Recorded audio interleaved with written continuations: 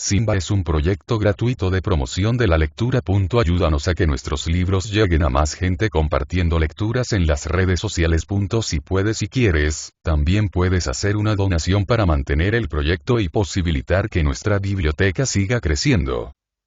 En silencio. Emilia Pardo Bazán. Cuento. Todos creían que la hija del tabernero de la Piedad aspiraba a casarse con un señorito.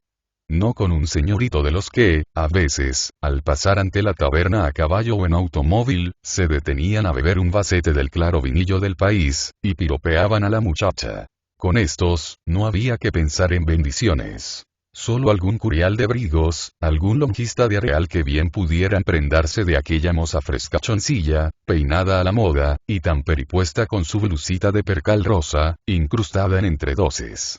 Y se prendarían o no se prendarían. Pero lo cierto fue que, con gran sorpresa de la clientela y del contorno, allá que así la llamaban, con el nombre de una santa mártir allí de mucha devoción, tomó por esposo a un albañil humilde, que ni siquiera era de la tierra. Un portugués, venido a trabajar en las obras de una quinta próxima al Santuario de la Piedad, y que los domingos solía comer en la taberna. Cierto que el portugués era lo que en su patria llaman un perfeito rapaz. De mediana estatura, forzudo, con el pelo rizado, negro y brillante, cuando se endomingaba soltando la costra de cal, y bien acepillado de chaqueta y blanco de camisa, iba a pelar la pava con la joven tabernera, se comprendía que ésta le hubiese preferido a todos. Otra estampa así. El tabernero, cardíaco y con las piernas hinchadas frecuentemente, vio sin desagrado aquel yerno robusto y que se traía a casa un jornal de 18 reales diarios, limpio de polvo y paja. Ha hecho bien mi hija, nadie debe salirse de su clase, repetía, congratulándose con la parroquia. Y como tardó poco en morir el viejo, quedó el matrimonio al frente de la taberna. Luis Feces, el marido, iba a su trabajo. Pero, como hoy ya las horas de este no son las de otros tiempos, volvía lo más temprano posible, y a la hora de mayor despacho y más peligrosa de riñas o borracheras, estaba al lado de su mujer, para protegerla y auxiliarla. Y no querían criada, por economía, pues aspiraba Luis a que, en algunos años, su fortuna se redondease y pudiesen establecerse en Marineda como maestro de obras y adornista, pues sabía manejar el estuco y doraba y pintaba bien las molduras y adornos. 4 o 5 años llevaba de casada la tabernerita, y mientras el marido parecía cada vez más enamorado, ella empezaba a desear vagamente no sabía qué, algo, un suceso que distrajese su imaginación, cansada de lo monótono de aquel vivir.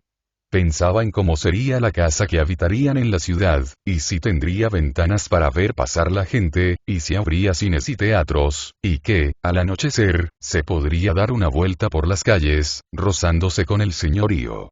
Porque, en el fondo de su alma, a pesar de haberse casado cediendo a la atracción que ejerció sobre sus sentidos el arrogante mozo, ella continuaba siendo muy remilgada y fantasiosa, y repugnaba servir vino a los blasfemos carreteros de sucia boca, a los arrieros de mofletes colorados, a los labriegos hirsutos, que olían a boñigas de guay.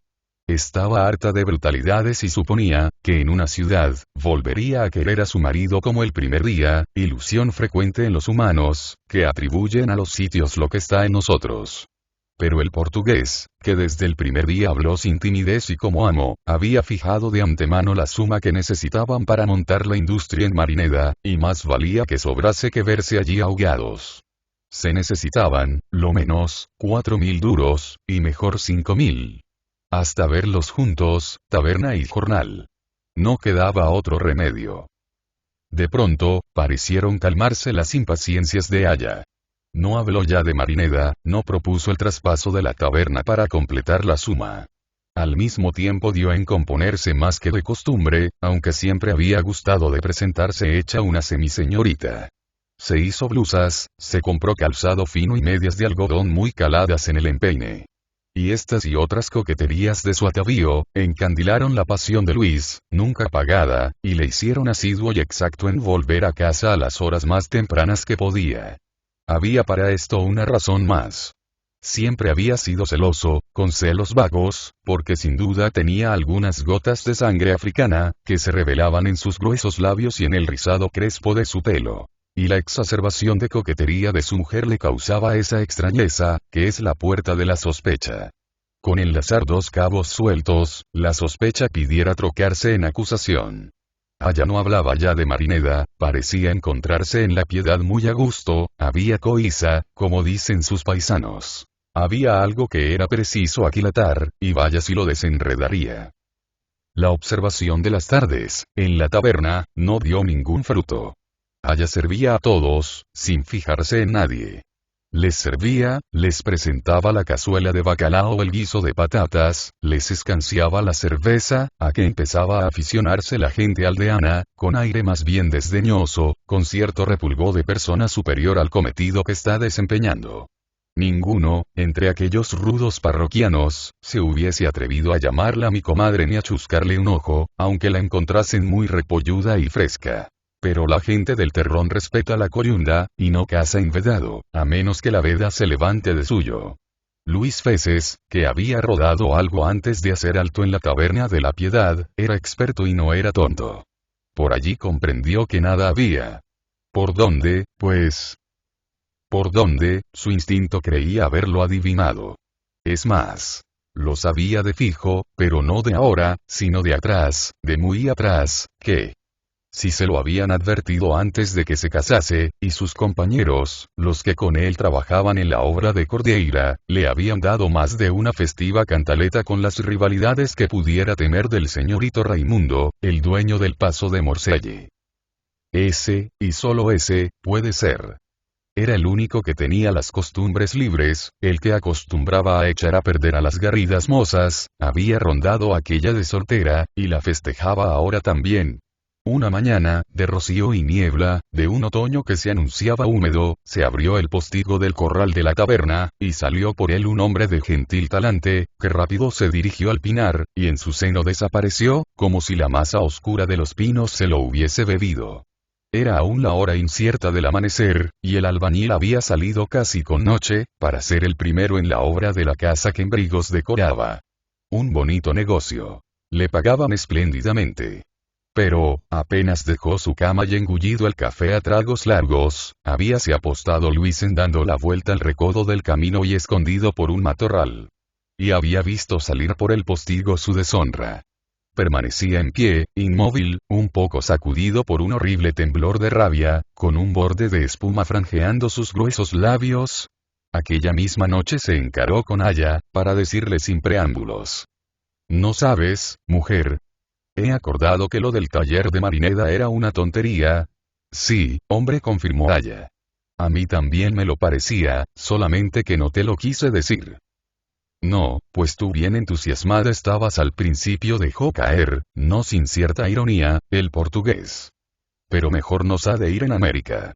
Tengo proposiciones de allá, de Buenos Aires, superiores. Se pueden ganar 15,000 pesos al año». Un deslumbramiento pasó por ante los ojos de Aya. Ser rica. Poder tener trajes como los de las señoras. Que la sirviesen, en lugar de servir ella a aquellos brutanes de trajineros y de feriantes que apestaban. Sentiría, claro, su idilio amoroso, el señorito que olía a cosas exquisitas, a fragancias caras. El horizonte, sin embargo, era tan amplio, tan lisonjero para sus vanidades y deseo de lucir, que sonrió halagando los cabellos rizosos del portugués. 15,000 duros. Repitió soñadora. Hay que juntar, murmuró Luis, ¿cuánto tenemos? Mañana me darás autorización para traspasar la taberna y recoger el dinero. El que la quiere, porque yo ya me he enterado, es Armuña, el del café Embrigos. Exige que se le ha de blanquear todo, y de eso me encargo yo. También quiere una despensita, nada, un rincón ahí junto a la cocina. Todo se hará. Con su fina percepción femenil, notó Aya en todo ello algo extraño. ¿Qué tienes?